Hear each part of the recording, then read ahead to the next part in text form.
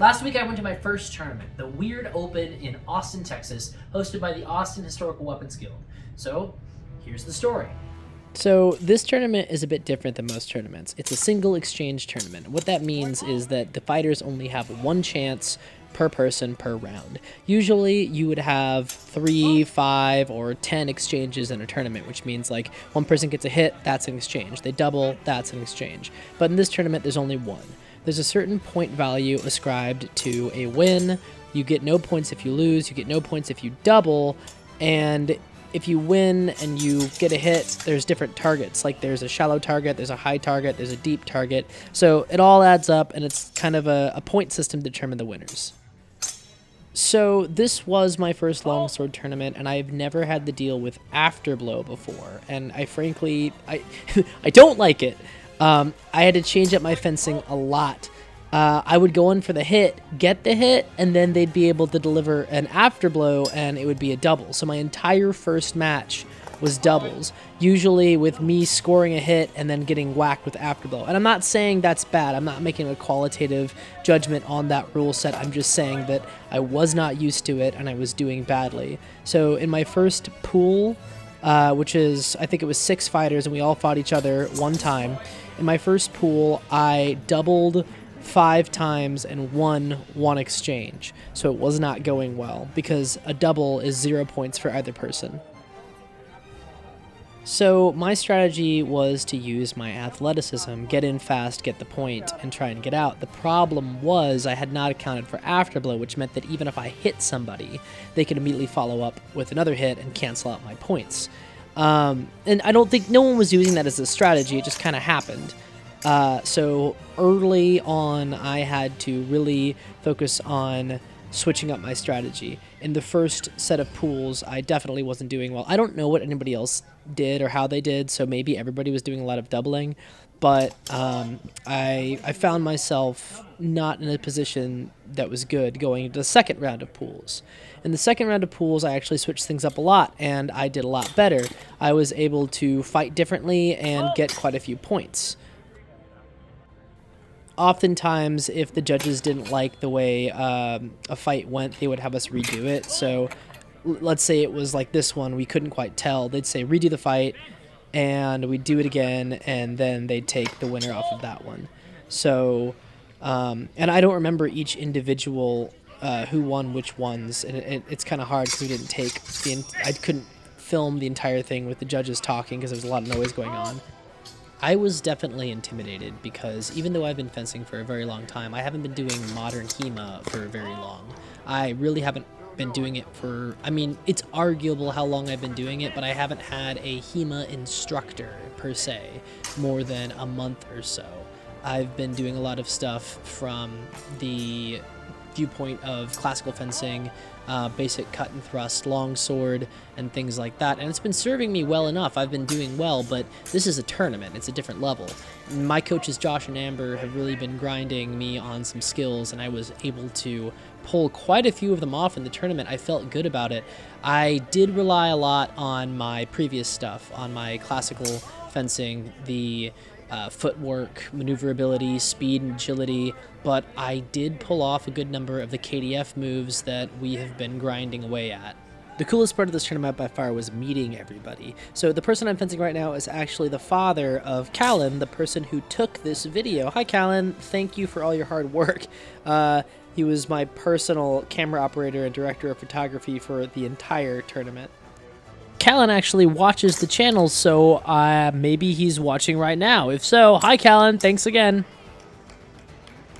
It was really fun to meet everybody. Everyone there was incredibly nice. I got to fence tons of people, and I actually got invited to a bunch of different events and clubs, and everybody's so friendly. I've never encountered this in any other type of activity I've done, but everybody was so warm and welcoming. Even though we were trying to bash the crap out of each other and it was a tournament and there was like competition, no one was being weird or bad. So I don't know exactly at what point this is taking place. I think there was a second round of eliminations, but I had actually been doing fairly good, and I didn't really understand the scoring system of the points. I was just fencing to fence, so I didn't know where I stood.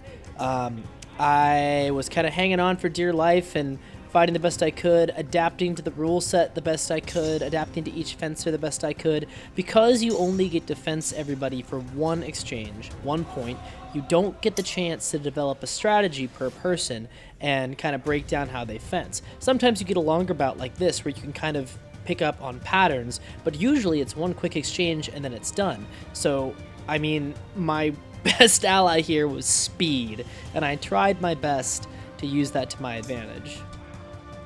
This was actually I'm proud of this moment because I've been working this move for a while, and I pulled off a Zverch, a really aggressive one, and yeah, no, I was proud of that. That was a fun bout. This guy's good. Everybody's good, but this guy specifically, he was fun to fence. Quick, he got me there, but yeah, that was a fun match. They're all fun matches. This one in particular I remember.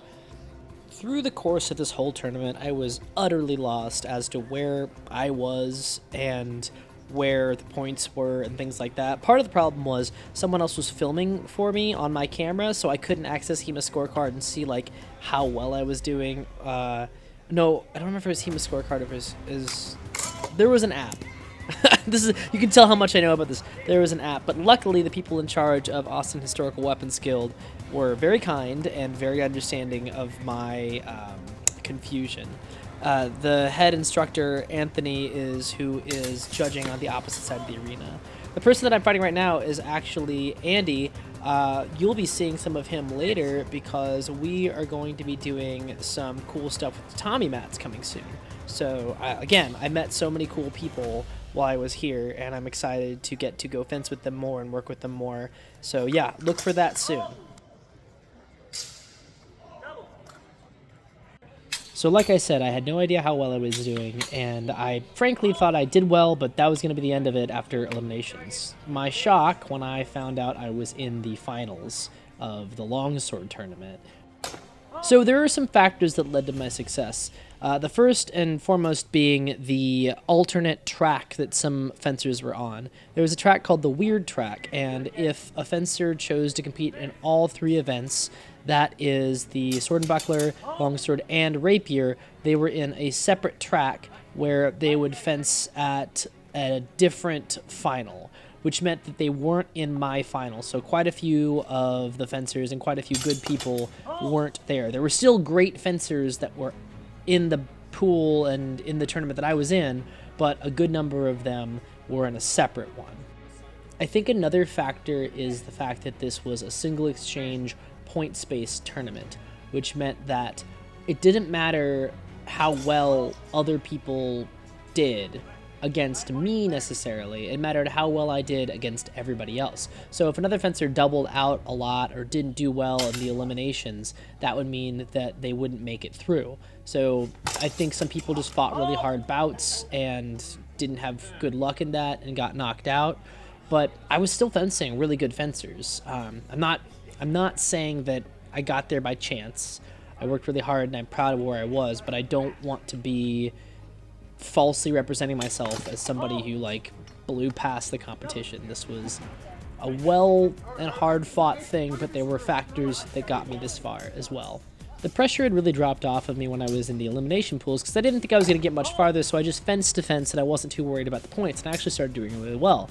As soon as I managed to get into the finals, all the pressure heaped back on me and I was getting stiff, but luckily Josh and Amber were there to aggressively make me be positive to myself and remember my fencing and do well. I was really, really glad that I had them there. It was a totally different experience than when I was in Ohio. Everyone was nice in Ohio, but I had no one there with me. This changed everything and made things better. I don't have footage of what happens next, but we were lining up for the actual medals, and they called my name for one of the highest positions, and they were about to award me silver when they found out that I was actually tied in points for gold with this fencer right here. So we had to do a sudden death elimination bout. The judges told us that if we both doubled twice, they would throw us both totally out of the tournament and we would get nothing, just to pile the pressure on. And we just doubled for the first time.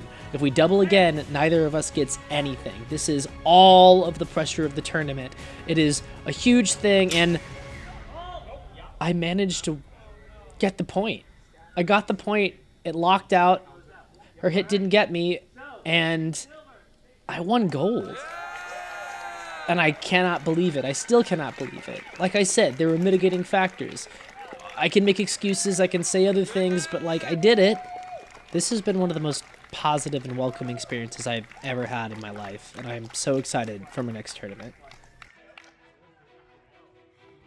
I am still in disbelief that I was able to win the gold, and I don't know if you can tell, but this is the cutest gold medal. It's a grackle, a plush, handmade grackle with a gold sash and a longsword in its mouth, and it is so cute. And I actually was also awarded the Sword Congeniality Award because everybody liked me.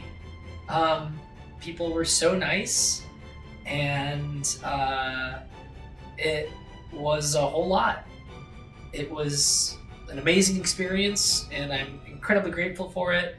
And I was almost made to cry in front of a bunch of people because I'm not used to people being that nice to me. So yeah, this was an amazing experience. Thanks for coming on the journey with me. Thank you for watching. If you like videos like this, please consider supporting the channel on Patreon. There's a link in the description. Your help allows us to keep making videos like this and for me to keep going to tournaments.